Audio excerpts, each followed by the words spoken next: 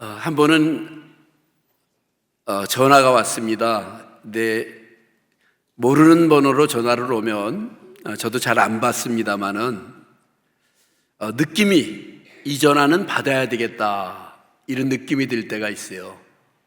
그날도 전화가 왔는데 이 전화는 내가 받아야 될 전화구나 해서 받았더니만 어떤 점잖은 중년 남자의 목소리가 들렸습니다. 그러면서 목사님, 제가 목사님을 찾아뵙고 꼭 할 얘기가 있는데 시간 좀 내주시겠습니까? 그래서 어디신데요? 그러니까 제가 서울 목동에서 목회를 하거든요. 별로 멀지 않은 곳에 있는 아파트 주민이더라고요. 그래서 오시라고 그때마다 찾아왔습니다. 목소리처럼 점잖고 인품 있어 보이는 그런 분이었습니다. 그래서 무슨 일이십니까? 라고 물어보니까 저희 어머니가 교회 권사님이신데 치매에 걸려서 고생을 많이 하셨습니다. 그런데 치매에 걸리신 다음에도 아들인 자기를 보기만 하면 잘 살아라, 잘 살아라 이렇게 말씀을 하신다는 거예요. 그래서 그런가 보다 하고 지나갔는데 어느 날 어머니가 이제 돌아가셨어요. 그래서 장례를 다 치르고 나서 어느 날 꿈에 어머니가 또 나타났습니다. 아들아, 잘 살아라. 그래서 이제 궁금해졌습니다. 도대체 잘 사는 게 뭘까?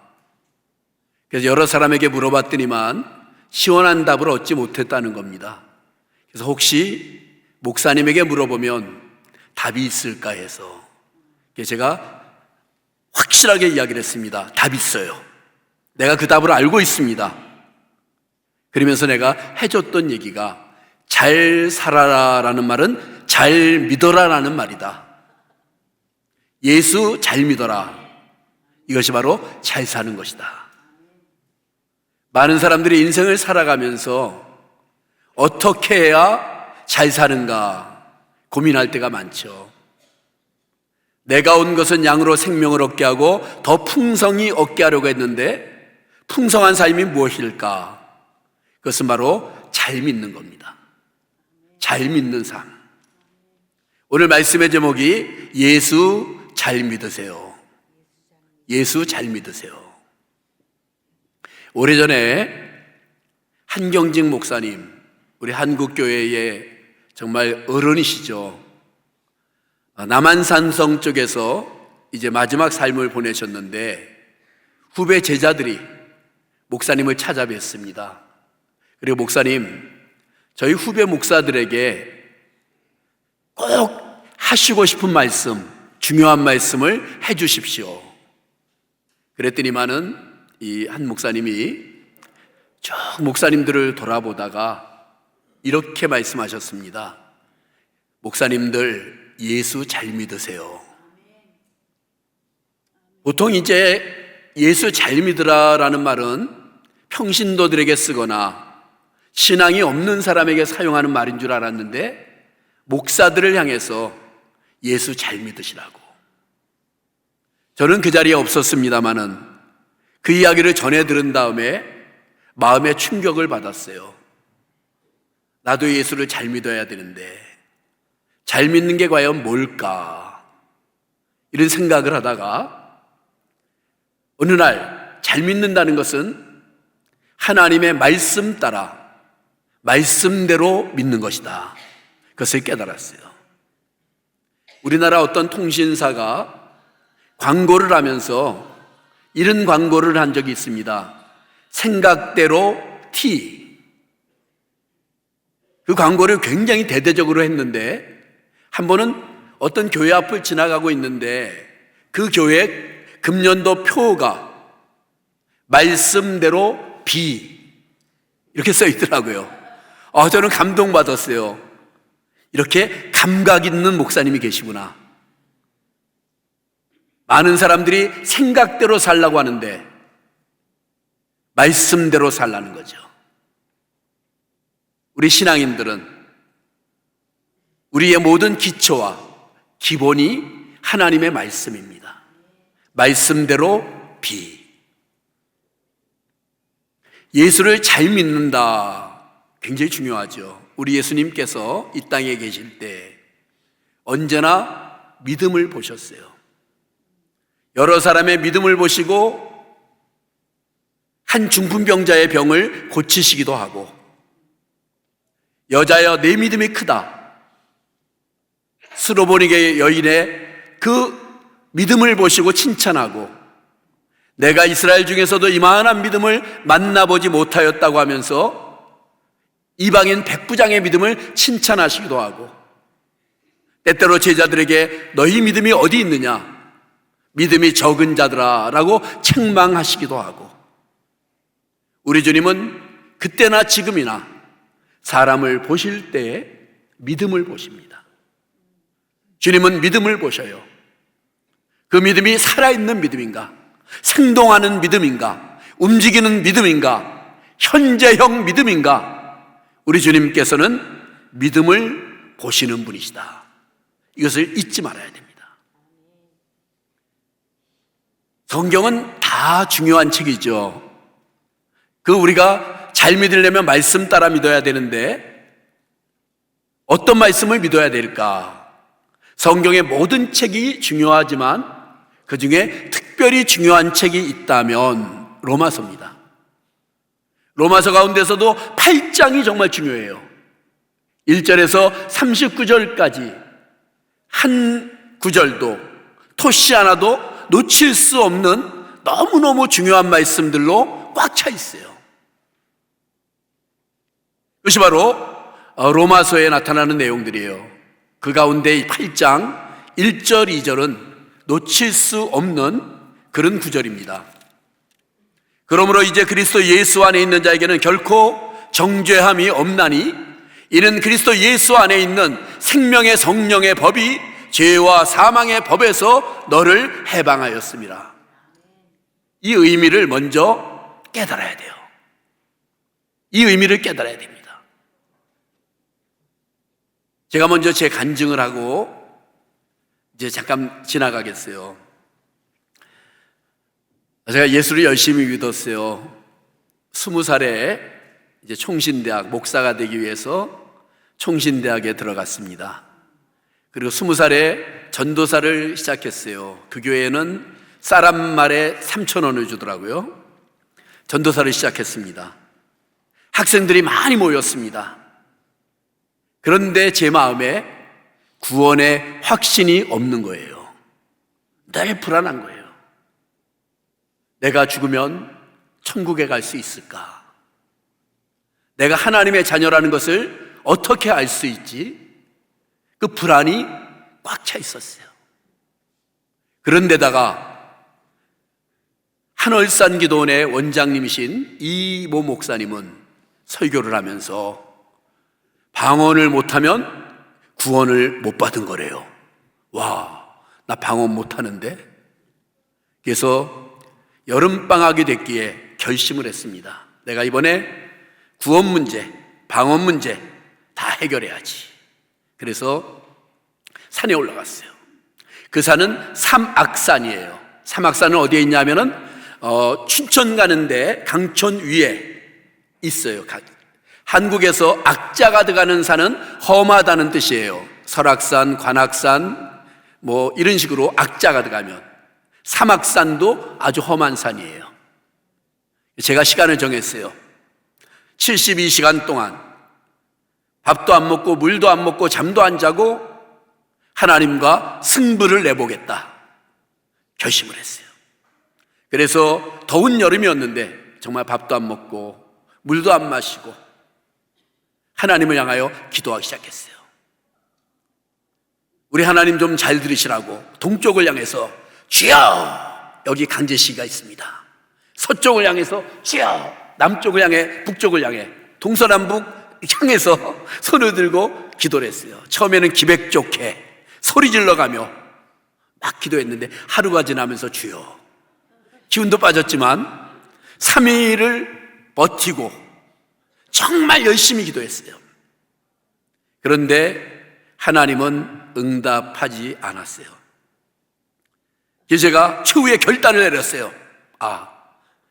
우리 하나님을 응답받게 하려면 방법이 있지 하고서 절벽가로 갔어요. 나무가 하나 있었어요. 나무에 매달렸어요.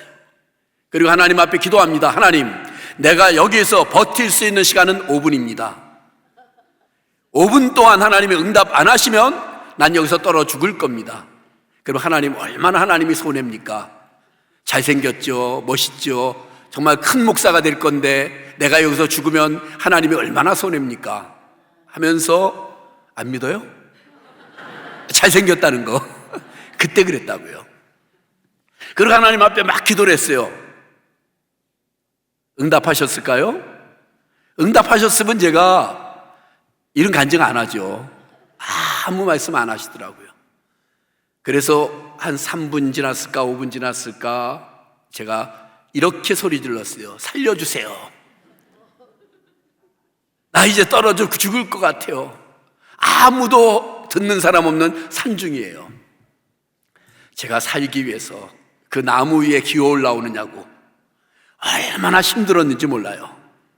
그리고 살았어요. 바위가 있었어요. 완전 대자로 뻗었어요.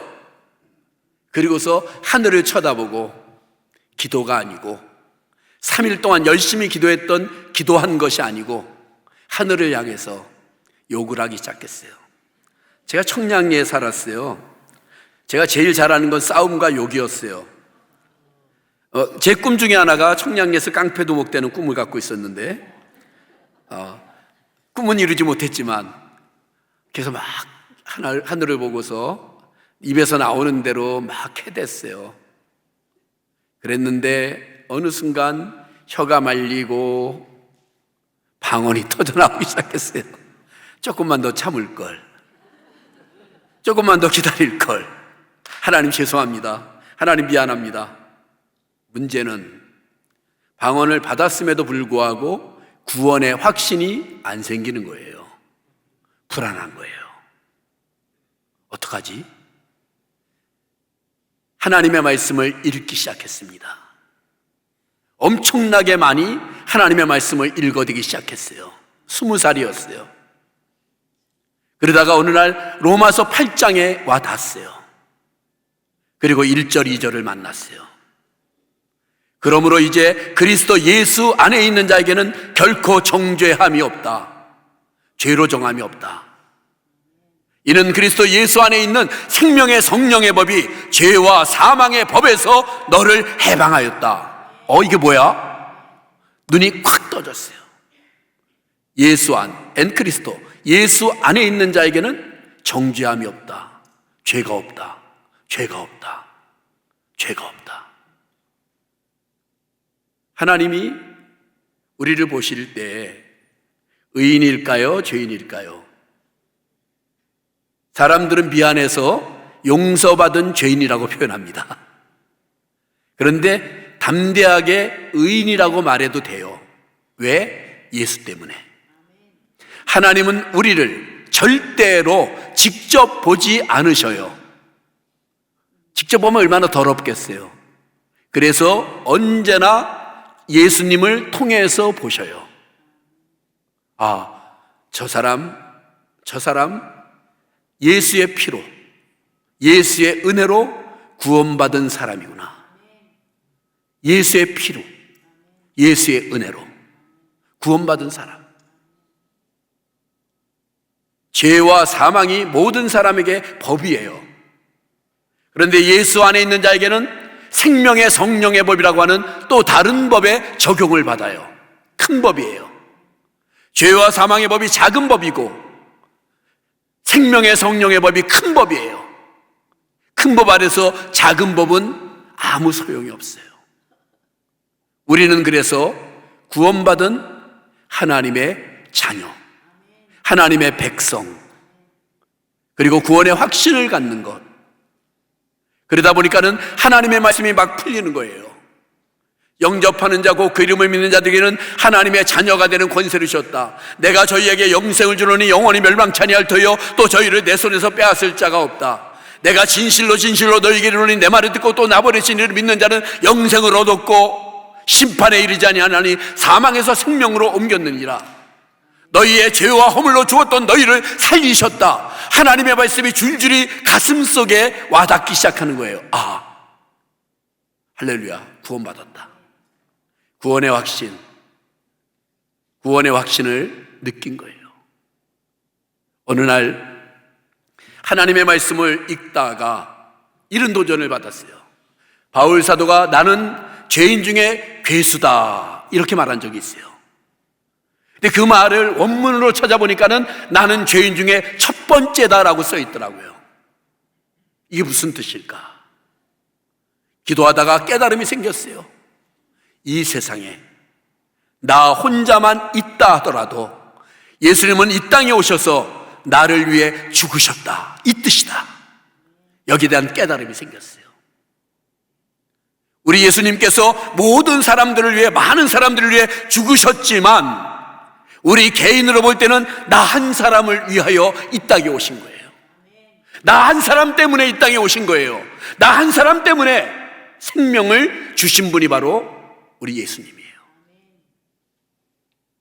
구원의 확신, 언제 죽어도 하나님 앞에 갈 수 있다고 하는 구원의 확신 있어야 돼요.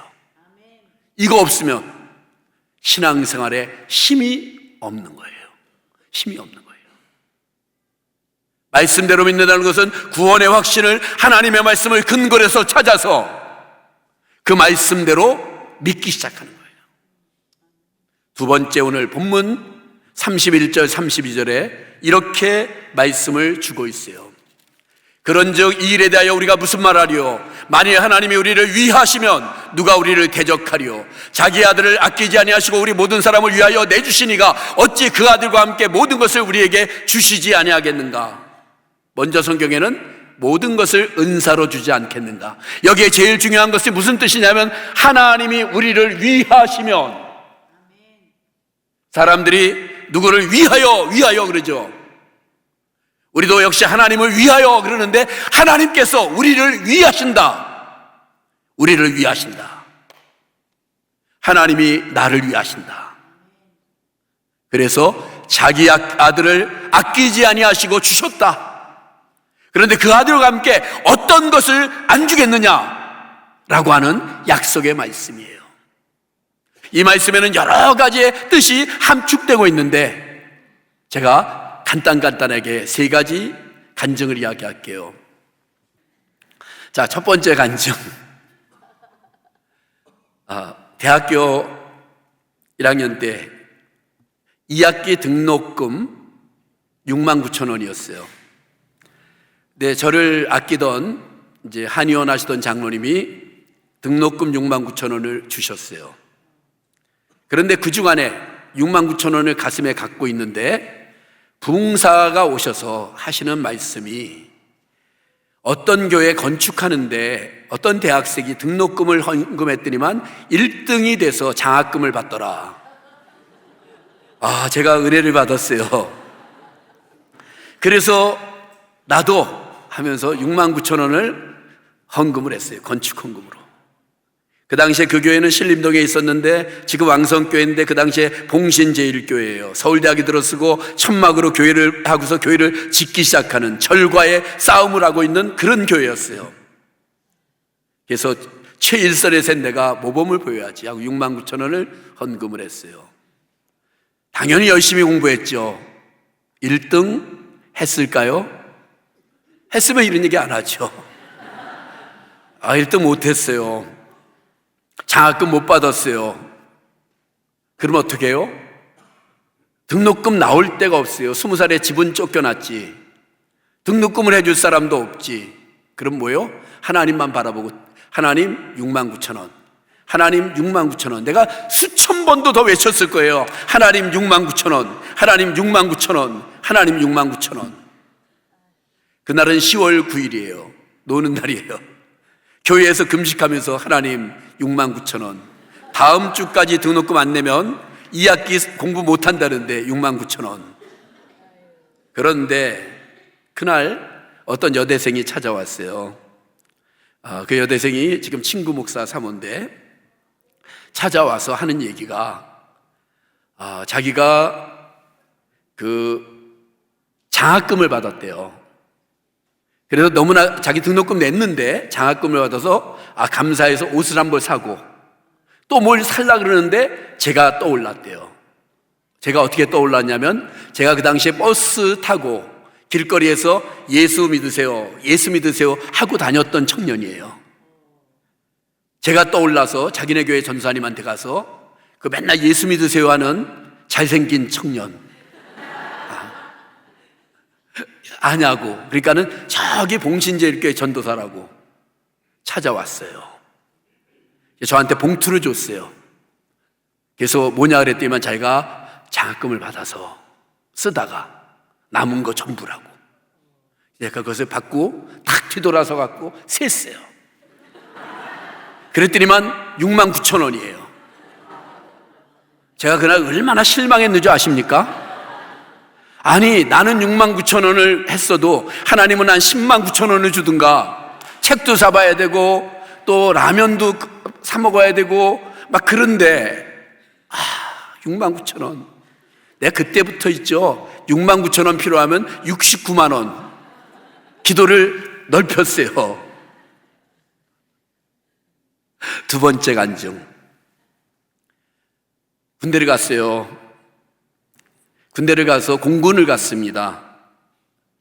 그래서 훈련소에서, 대전 훈련소에서 이제 교관이 하는 이야기가 훈련병 중에 1등을 하면 본부로 보내준대요.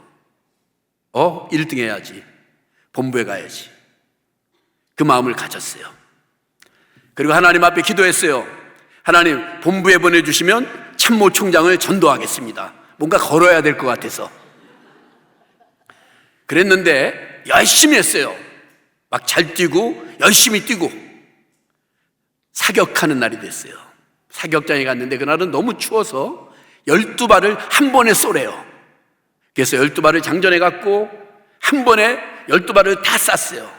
그리고 가보니까 제 관역에 총알 구멍이 하나도 없어요.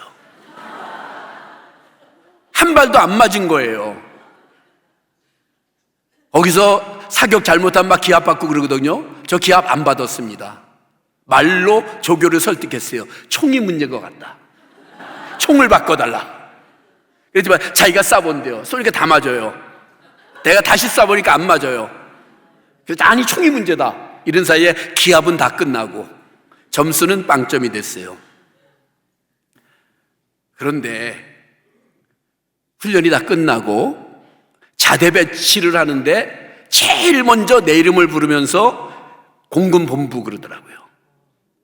대전발 0시 50분 기차를 타고 영등포역에 와서 이제 본부로 왔어요. 그러면 내가 약속을 지켜야죠. 하나님 앞에 참모총장 전도하겠다는 거. 그래서 참모총장실이 어디냐고 물어보니까 201호래요. 그래서 제가 올라갔어요. 용감하게. 땅땅 두들기려고 하는 찰나에 누가 문을 열더라고요. 보니까는 별이 4개야. 참모총장이십니까? 그러니까 그렇대요. 참모총장님이 10분간 저한테 10분만 시간을 주시면 참모총장님 일생에 가장 놀라운 이야기를 해드리겠습니다. 들어오래요. 들어갔어요. 하나님은 총장님을 사랑하시며 총장님을 위하여 놀라운 계획을 가지고 계십니다. 총장님은 죄인입니다. 하나님은 총장님을 사랑하십니다. 10분 동안 숨도 안 쉬고 쫙 읽어댔어요. 그리고 기도하시겠습니까? 그랬더니 안 한대요. 내려가래요. 쫓겨 내려왔어요. 근데 2시간쯤 있다가 그 본부 대대장이 이제 중령이었는데 오더니만 절 막 찾더라고요. 왜 그러냐 그랬더니만 너 참모총장 아냐 그러더라고요. 나도 모르게 이렇게 대답이 나왔어요. 조금 압니다. 아까 봤으니까. 그랬지만 너 어디에다가 어디 무슨 근무할래? 굉장히 빽이 있는 사람인 줄 알고. 그런데 정말 하나님이 보내셨구나라고 생각을 했는데 세월이 15년, 16년, 17년쯤 지나서 사이판에서 사이판 청소년들이 문제가 많다고 사이판 한인회에서 청소년들을 다 모아놓고 한국에서 청소년 설교를 제일 잘하는 목사를 찾아서 집회를 하기로 했어요. 그게 저예요. 젊은 목사였는데. 그래서 뭣도 모르고 오라 그래서 갔어요. 첫날 집회를 잘했어요. 끝나고 나니까는 어떤 분이 오더니만 혹시 공군 나왔냐고. 그랬더니 자기가 김某某 선교사인데 지금은 거기 사이판의 제일 큰 교회 목사님이세요. 선교사인데 당신 공군 본부에 갔지요? 그래서 예, 그랬더니만 내가 보내줬어. 내가 인사 담당 하사였는데 어떤 훈련병이 주여 본부 보내주시옵소서 기도를 하더래요. 그래서 그럼 내가 보내주지. 그리고 보내줬대요. 아니, 하나님이 보내줬다고 생각했는데 그 하사 안 만나야 되는데 자기가 보내줬대요. 지금도 그 얘기예요. 그때 내가 보내준 거야? 여러분 생각에는 누가 보내준 것 같습니까? 그렇죠. 세 번째 간증. 오래된 얘기들이에요. 제가 예수 믿는다고 쫓겨났어요, 집에서. 저희 아버지는 일본에서 좋은 대학을 나오고 일본군 장교 출신입니다. 근데 이제 예수를 안 믿고 한 분이었는데 제가 이제 예수를 믿고 아버지를 위해서 기도를 많이 했댔어요. 그랬는데 1977년에 군대에 있을 때 집에서 연락이 왔어요. 아버지가 운명하시려고 한다. 집에 갔어요. 그랬더니만 제 모교의 장로님이 이제 그때는 왕진을 다니셨는데 운명하신다. 숨 끊어진다. 장례 준비해라. 그래서 제가 아버지를 찾아갔어. 아버지를 붙들고 이건 안 된다고. 하나님 이건 아니라고. 아버지 예수 믿고 구원받고 죽어야 되는데 이건 아니라고. 그러면서 아버지를 향해서 붙들고 기도하기 시작했어요. 하나님 살려주세요. 예수 영접하게 해주세요. 하나님 앞에 기도하기 시작했어요. 아무 반응이 없어요. 그래서 복음을 전했어요. 하나님은 아버지를 사랑하시며 아버지를 위하여 놀라운 계획을 가지고 계십니다. 이 복음을 전하기 시작했어요. 숨이 다 끊어졌다 그러고 신라 같은 손목에 잠깐 저거 있고 목에도 거의 없었을 때예요. 그랬는데 5분쯤 지났을 때 갑자기 아버지가 움직이기 시작하는 거예요. 그러더니만 손을 뻗쳐요. 뭐 글씨를 쓰려는가 보다 하고 드렸더니만 글씨를 쓰는 거예요. 악마 가자, 천사 가지 마라. 글씨를 쓰는 거예요. 이거 뭐야? 영적인 싸움인가 보다 하고 붙들고 기도하기 시작했어요. 그러더니만 훅 하고 깨어났어요. 그러면서 하시는 말씀이 검은 옷 입은 사람들이 나타나서 아버지를 데려가는데 환한 빛 가운데서 빛이 비치면서 너를 위해 기도하는 사람이 있다. 내가 너를 다시 보낼 테니까 생각해보고 와라 하면서 확 때밀었다는 거예요. 여러분 검은 옷 입은 사람 보면 따라가지 마세요. 그거 위험한 일이에요. 깨어나셨어요. 예수 영접하셨어요. 열흘 동안 사셨어요. 그리고 열흘 만에 나 이제 하나님 앞에 간다. 그러고 가셨어요.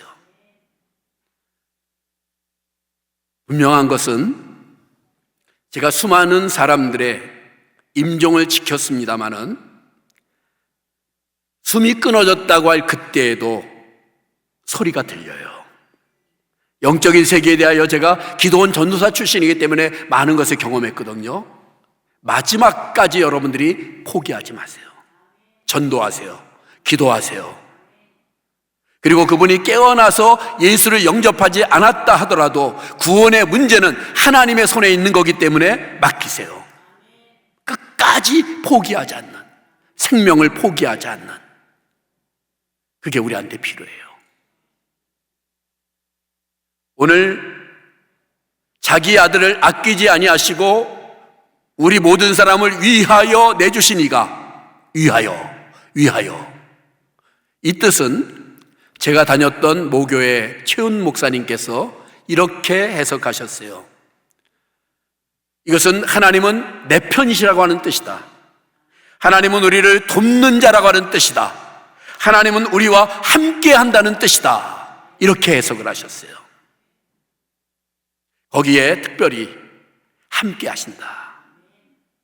오늘 베델교회 야곱이라고 하는 사람이 루스라고 하는 들판, 형과 아버지를 속이고 루스라고 하는 들판에서 돌베개하고 자다가 꿈에 하나님이 나타나시죠.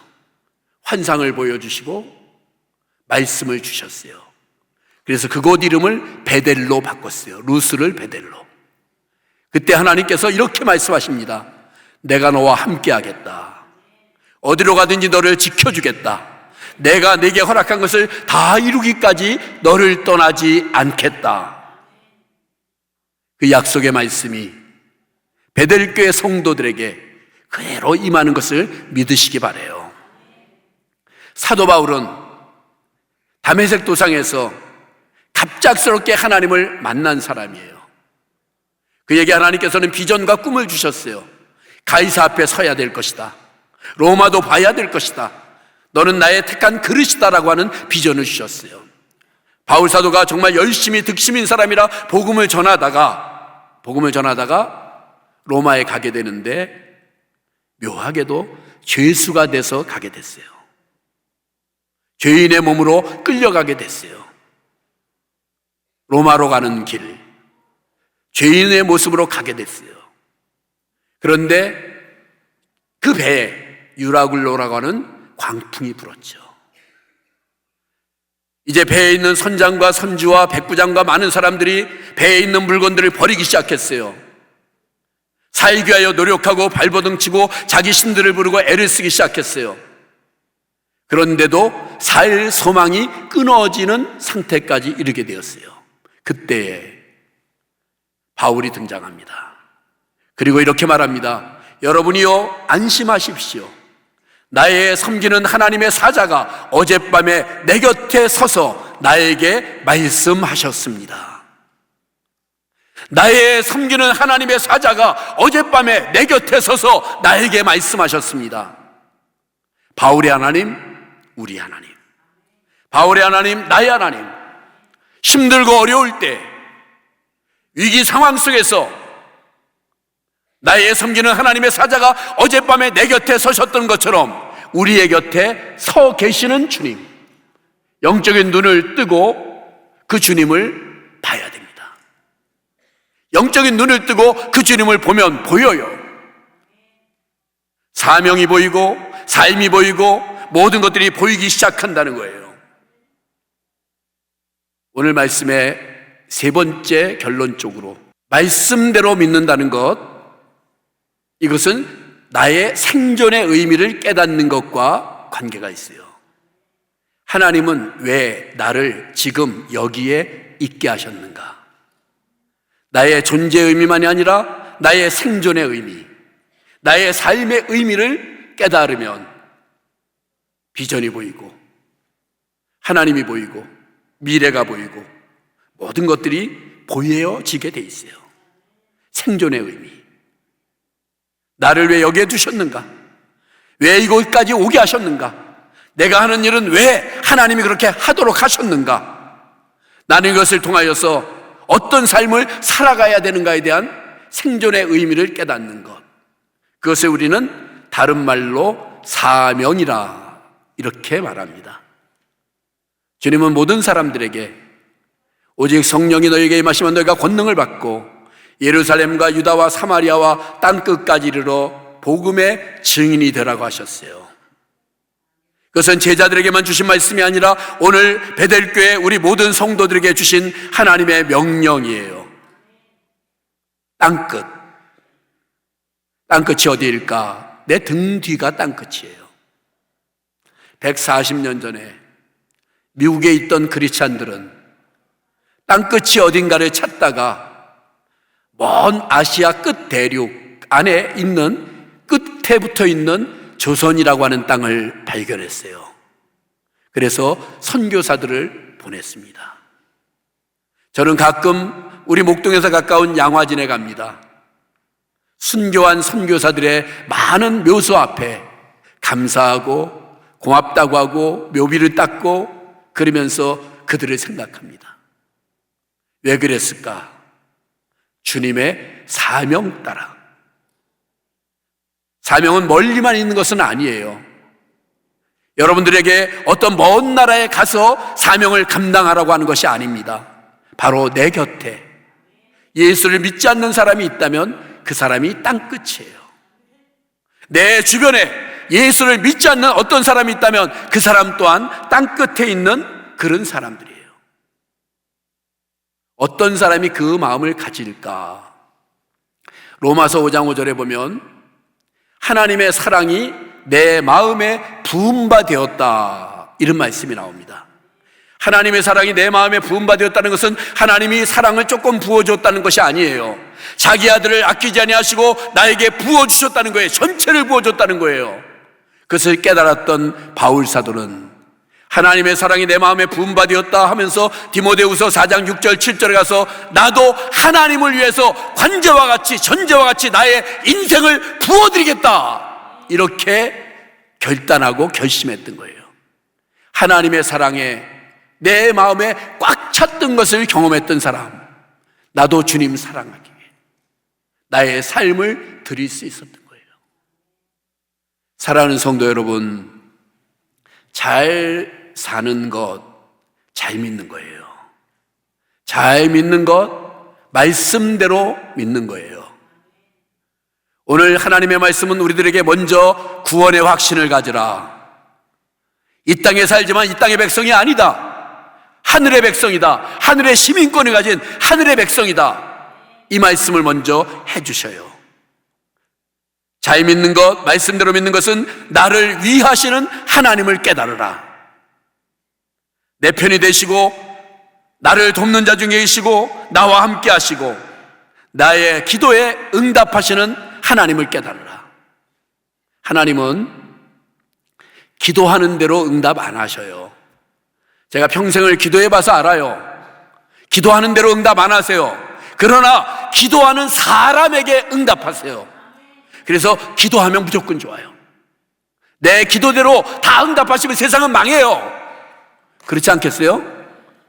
그래서 하나님은 내 기도대로 응답 안 하시고 내 정욕대로 응답 안 하시고 내 소원대로 응답 안 하시고 기도하는 사람에게 응답하셔서 그 사람에게 가장 좋은 것으로, 가장 귀한 것으로 주시는 하나님이신 것을 믿으시기 바랍니다.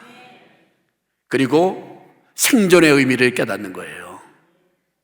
내가 왜 사는가? 하나님은 왜 나를 살려두셨는가? 하나님은 나를 왜 이 미국 땅에 살게 하셨는가?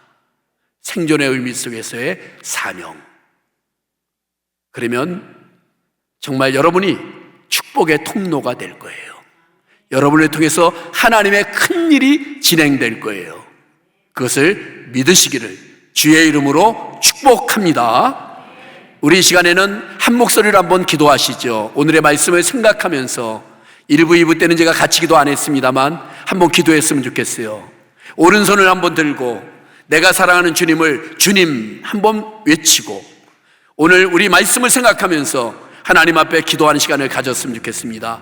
다 같이 기도합니다. 주님, 사랑하는 주여, 주님이여, 우리 성도들의 기도와 간구를 응답하여 주옵소서. 하늘의 문을 여셔서 성도들에게 기도의 제목을 알려주시고 어떻게 무엇을 위하여 살아갈 것인가를 깨닫게 하시고 그 기도를 응답하여 주시옵소서. 하나님이 살아계심과 그 하나님이 나의 하나님이신가, 그 하나님이 내게 응답하신가, 나를 돕는 자 중에 계심과 나의 모든 것 가운데서 나의 최고의 하나님의 명을 깨달을 수 있도록 은혜를 베풀어 주옵소서. 함께하여 주옵소서. 사랑하는 주님, 은혜의 주님, 사랑의 주님, 능력의 주님, 함께하여 주옵소서. 말씀을 통한 은혜가 꽉 차도록 역사해 주옵소서. 우리 사랑하는 성도들 가운데 삶의 여러 가지 문제 때문에 고통당하는 성도들이 있다면, 건강 문제 때문에 고통당하는 성도들이 있다면 문제 곁에 해답되시는 주님께서 찾아가 주시고 만나 주시고 해결해 주시고 해답이 되어 주시옵소서. 여호와 라파의 하나님께서 치료의 역사가 임하도록 붙들어 주시옵소서. 예수님의 이름으로 기도합니다. 아멘.